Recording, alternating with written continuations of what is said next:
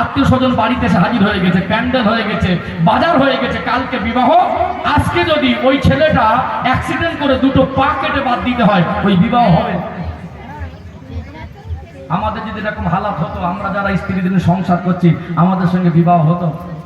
শ্বশুর শাশুড়ি পাল্টি খেয়ে বলতো, ও যা বাজার হয়েছে হোক, প্যান্ডেল হয়তো খুলে দাও, লোক কুটুমকে খাইয়ে দাও, ওখানে বিবাহ হবে না।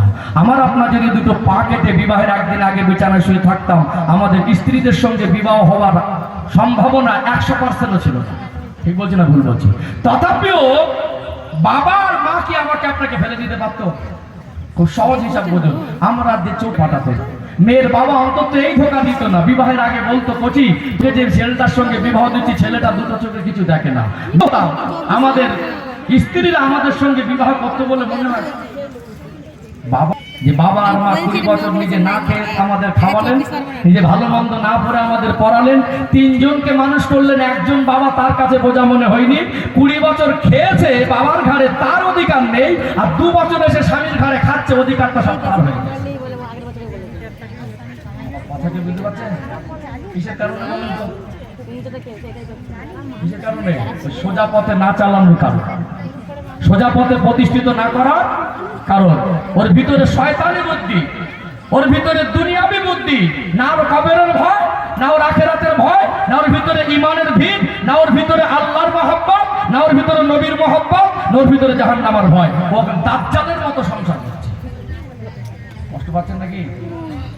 সোজা পথে না চললে জীবনটা উলটপালট হয়ে যাবে। আপনার সবকিছু থেকে মনে হবে আমার কোন অধিকার। আল্লাহ এই জন্য বলছেন, তোমরা আমার ইবাদত করো, এটাই তোমাদের জন্য সোজা। মগজে ঢুকছে? অসুবিধা হচ্ছে নাকি? তাহলে একটা পয়েন্ট বলেছিলাম যে পোশাক ছাড়া জীবন চলে না। 20 বছরে 50,000 টাকার পোশাক কিন্তু দিয়েছি না দেয়নি? কোনোদিন বলিনি তোকে দিতে পারবো না। 20 বছরে নিম্ন হিসাবের নিচে নামাতে পারবে না 7 লাখ টাকা। কত? আমি নিম্ন ধরে দিচ্ছি, হিসাব ধরলে অনেক দূরে যাবে। কমপক্ষে 7 লক্ষ টাকার খাবার খেয়ে হজম করেছে, এর কমে আসার কোনো জায়গা নেই। তাহলে কোনোদিন কোনো হুজুর ওয়াজ করে বুঝিয়েছে যে ছেলেটাকে তোমাকে খেতে দিতে হবে? কেউ বোঝায় না।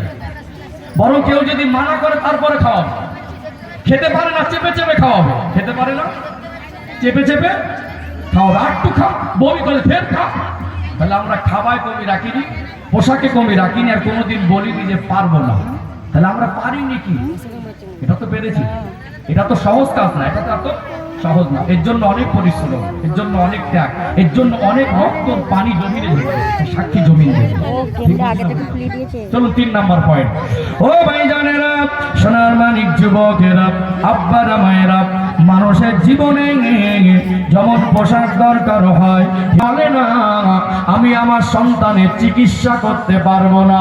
30 বছর ধরে মেহনত করে খেয়ে খেয়ে কিছুটা আলাদা করে রেখে তিলে তিলে জমা করেছিল 50,000 টাকা। খুব গরিব মানুষ, কষ্ট করে সংসার পরিচালনা করে। ওই বাচ্চা অসুস্থ হয়ে গেলে ওই 30 বছরের মেহনত করা জমানো টাকা হাসি মনে খরচা করে কি করে না? যদি জমানো টাকা না থাকে, নিরুপায় হয়ে গিয়ে সন্তানের জন্য মানুষের কাছে ধার চেয়েও চিকিৎসা করে কি করে না? যদি ধার না পায়, কখনো সন্তানের জন্য জমি বিক্রি করে চিকিৎসা করে। বিক্রি করার মতো জমি নেই, ধার চাওয়ার মতো জায়গা নেই, জমানো কোনো পয়সা নেই, নিরুপায় হয়ে যায়। এতদিন নিজের